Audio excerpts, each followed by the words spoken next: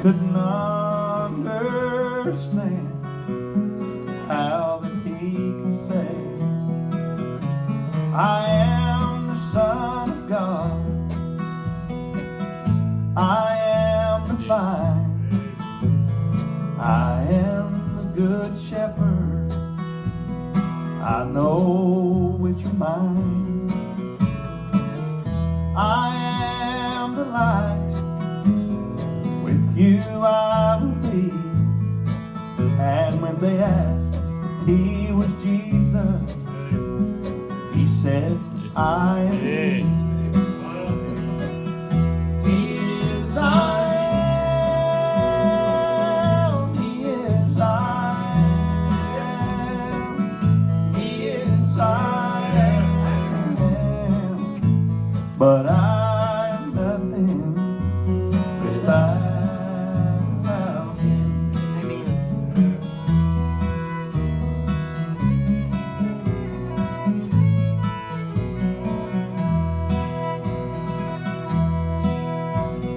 Moses on the mountain questioned God the same.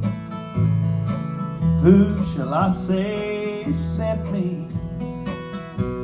What is your name? He said, go tell them that I am sent you. You know that I'll be with you. Now I'm gonna show you what to do. He is I am, he is I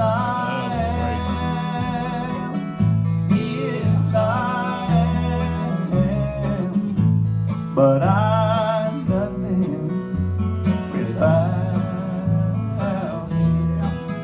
He is the resurrection, the way. He said, I'll be with you, and he still is today. He is I am, he is I am, but I'm nothing without him. He is I.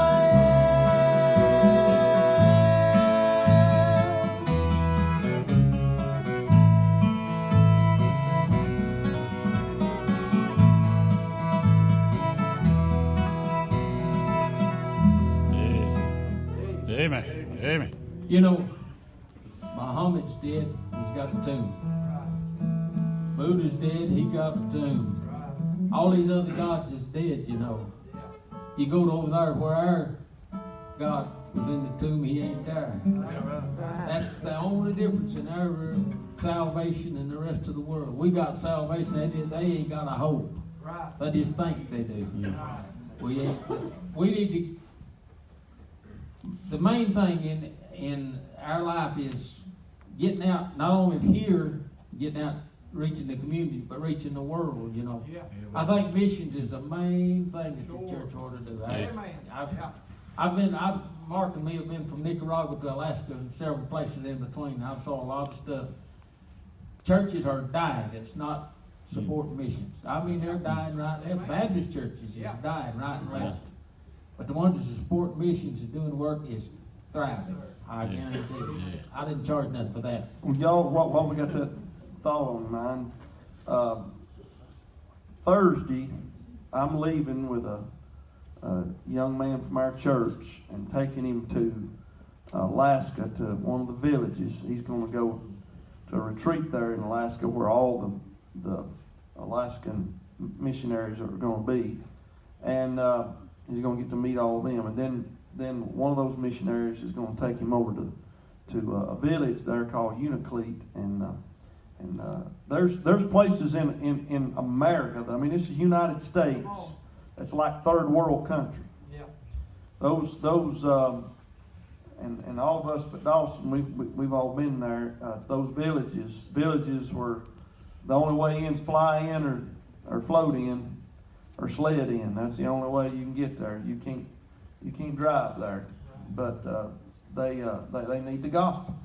It's dark. It's not just physical darkness. There's spiritual darkness there, and a lot of suicide, a lot of incest, a lot of bad things goes on in those villages. But they need a witness. They need somebody to tell them. Yes, sir. I think there's 280 something or 200 and something anyway villages, native villages in Alaska. North of the And right now, as of right now, me and 2 missionaries from up there can only think of 5 Bible-believing Baptist works in those villages. 5.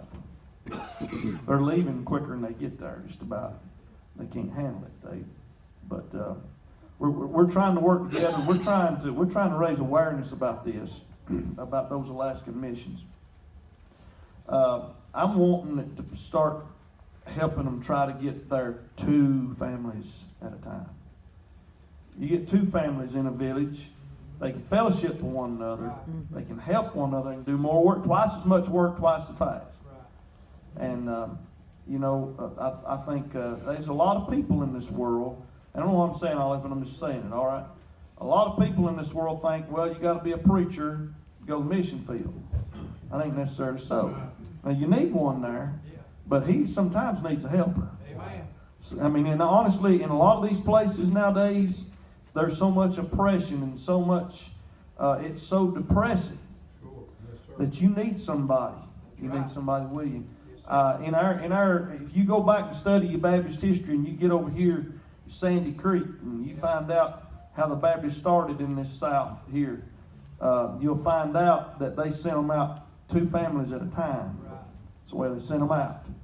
To go into, when they was coming over in here and on over in Tennessee and down in Georgia, it was, believe it or not, it was, Western North Carolina was a thriving place before, and Georgia was still, at that time North Georgia was still Indian territory. And but they sent them out 2 families at a time, and they was working, and that's what with this guy, we're going to take this young man. He's a preacher, but he's going to work with this other missionary for a while if the Lord works it out.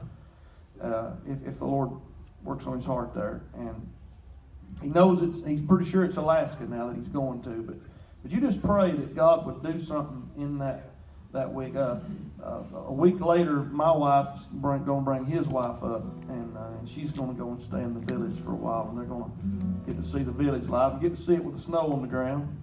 Because it's pretty deep up there right now. You can't see nothing but white much. But y'all pray for us. Pray for our safe travels and everything. And there's several of them, some of the villages up there's got nice churches and a house next door, and nobody to preach in them. That's right, a bunch of them. What we got? Oh, what's the song you and the preacher down in Gainesville wrote? I can't think. Love letters. Love Letters. What's your man on there? Love letters in the sand. Brother Willard Thomas, some of